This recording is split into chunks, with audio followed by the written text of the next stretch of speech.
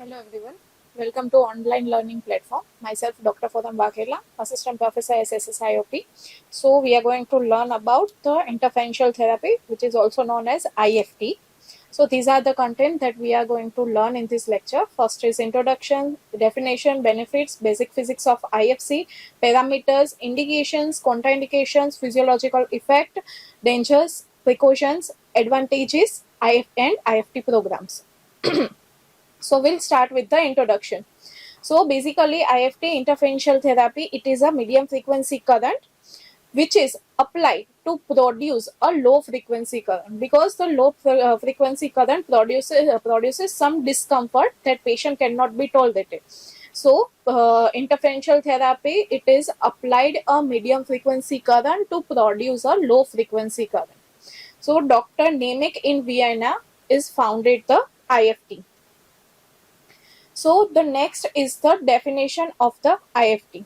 Interferential current is a form of electrical therapy that delivers the current to deep tissue through the use of kilohertz carrier frequency. Carrier frequency means the frequency of the IFT to overcome the impedance offered by the skin.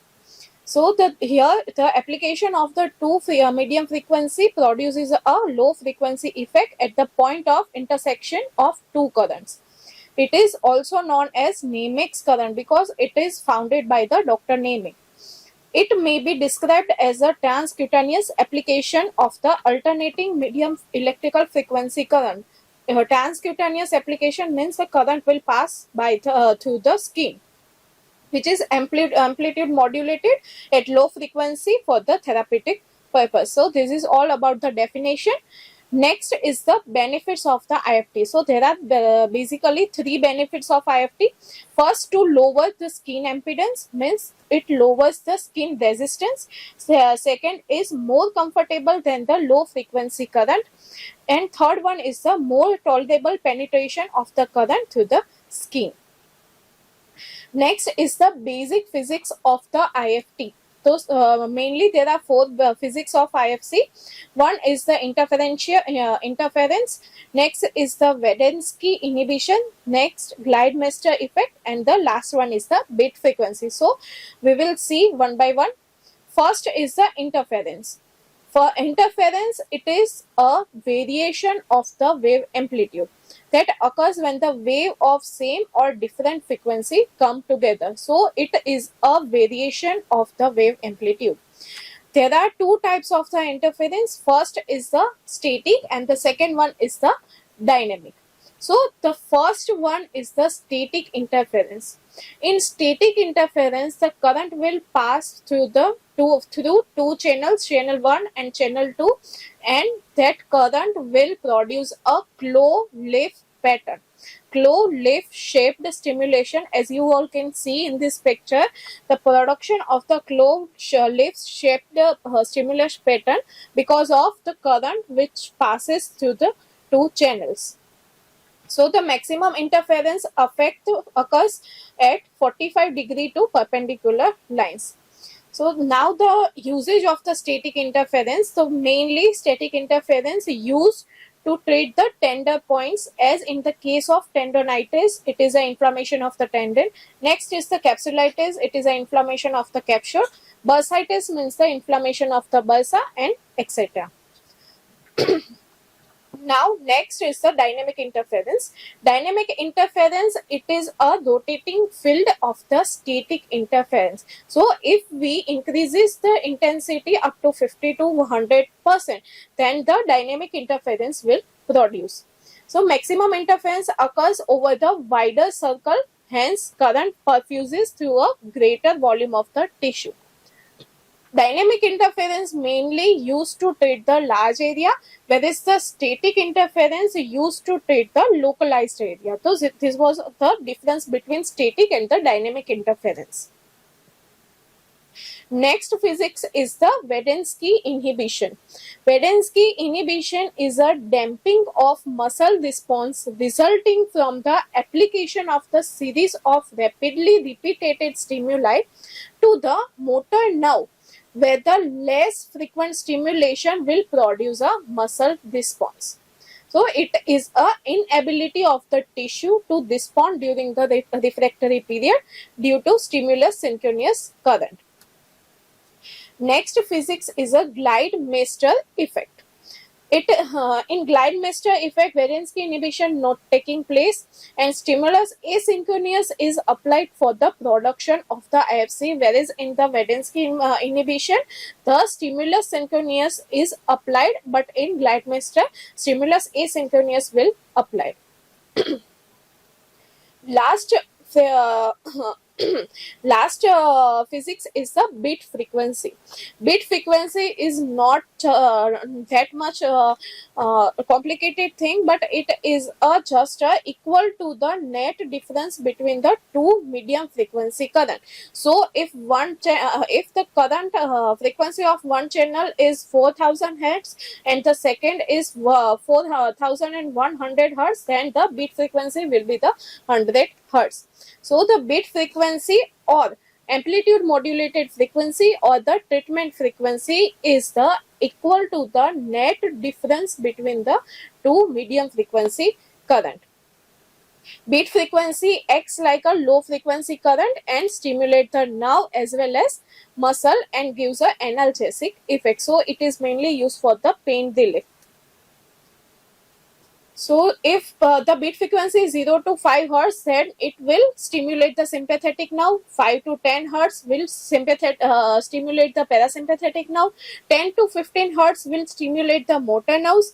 15 to 90 hertz produces a sedative and spasmolytic effect, and 90 to 100 hertz will produce a pain relief. So this was all about the physics of the IFC current. Now come to the parameters of the IFT current. So there are certain parameters of the IFC current. First is the frequency sweep, second intensity, next is duration of the treatment, next vector rotation or scanning mode, then frequency of the treatment, next spectrum, IMF, AMF, types of electrode placement, method of application and the balance. Now first is the frequency sweep.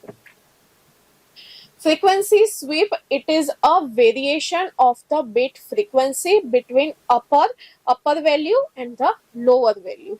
So you have to set a lower value as well as the upper value.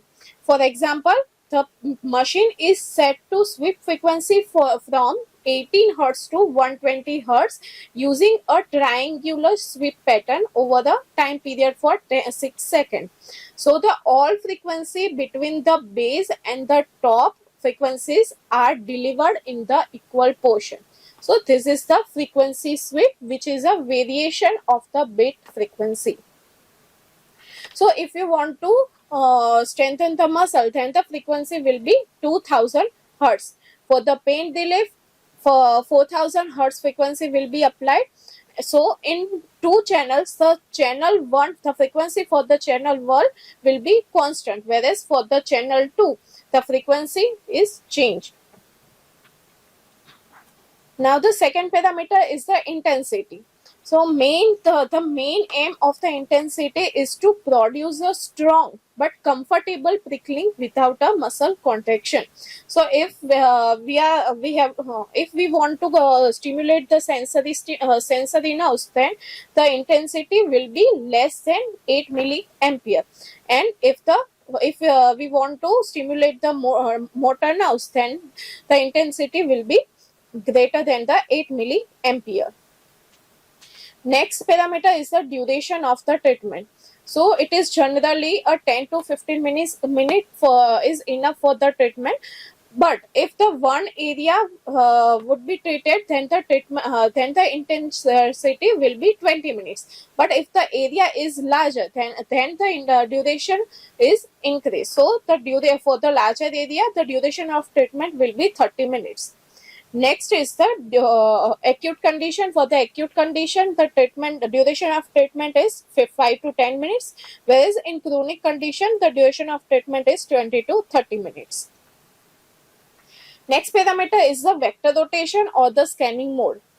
Vector rotation or scanning mode, the one channel or the current of the one channel is decreases and increases, whereas simultaneously the other current of the other channel will decreases and increases. This is known as the vector rotation.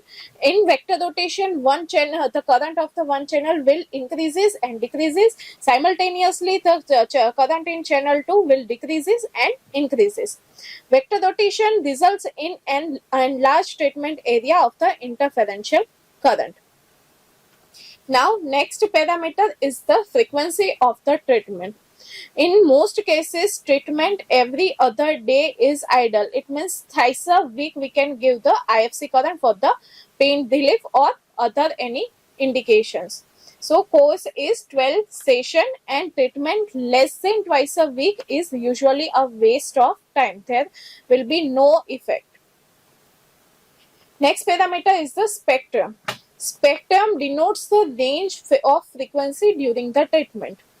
The advantage is the tissue does not adapt to a certain frequency and thus a given treatment can be performed for a longer period and repeated more often. Select the, first of all you have to select the base frequency and the upper frequency. So there are certain modes of the spectrum. So first is the triangular, second is the square or rectangular, and the third one is the trapezoidal. So if the spectrum is broad, then it will be used for the chronic and subacute condition. Narrow based of spectrum is used for the acute condition.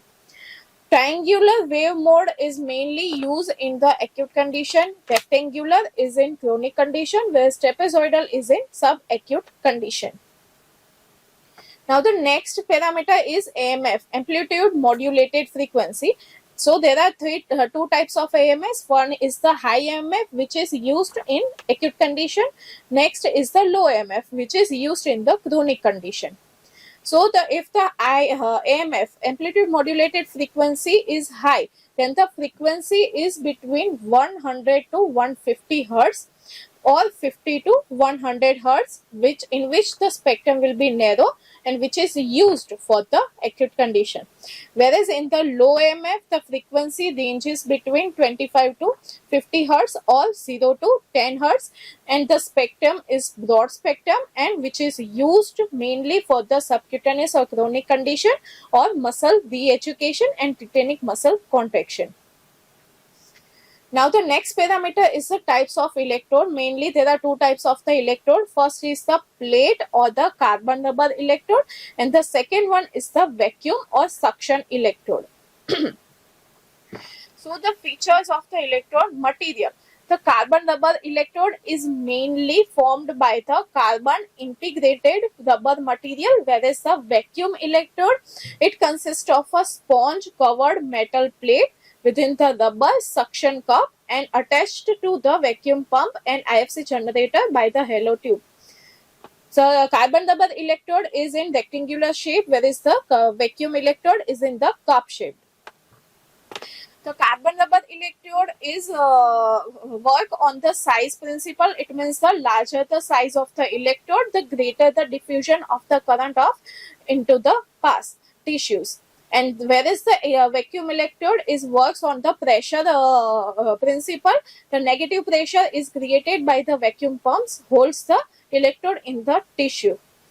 Next, effect.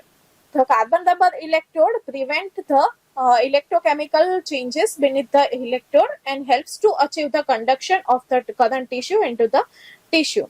Next is the vacuum electrode. Vacuum electrode allows the electrode to be fixed to the tissue because of the negative pressure, and this negative pressure enhances the conductivity by reducing the ohmic resistance. So carbon rubber electrode mainly used to prevent the burns and prevent the unpleasant and unwanted chemical reaction, whereas the vacuum electrode, no straps or gel required, easy to apply and can be used over irregular and small areas. Disadvantages: so carbon rubber electrode requires use of the straps and gels, and irregular tissue cannot be used as it cannot adjust to the contour of the tissue, whereas the vacuum electrode cannot be used over the fragile skin and can lead to a hematoma. So this picture is it is a picture is a vacuum electrode. Next picture is the application of the vacuum electrode over the knee area for the treatment of knee conditions. Next is the method of application. So we can give IFC current in three methods. First is the bipolar method, second is the quadripolar method, and third is the stereodynamic method. First is the bipolar method. In bipolar method, two electrodes are used, so there will be no crossing of the current, which is mainly used for the treating of the smaller areas like trigger points, ankle, elbow, and the small areas. High skin resistance and the strong stimulation, the oval shaped waveform will produce in the bipolar method. So this picture shows the bipolar method where only one channel will be used and two electrodes are placed.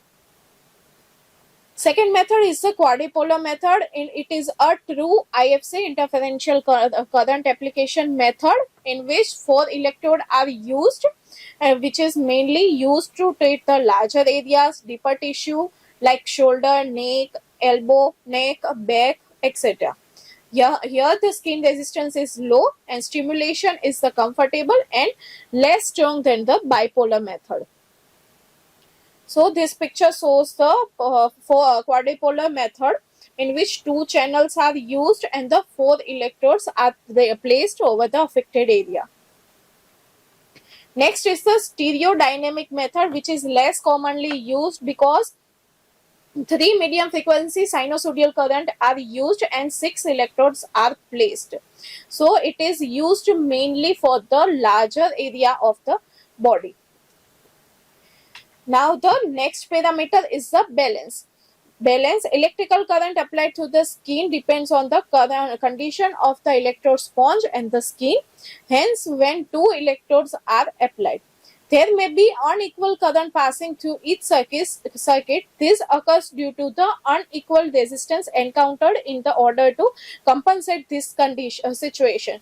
The current in both the channels are equalized by the balance. So, if the current will unequal in both channels, then the balance is used to equalize that current.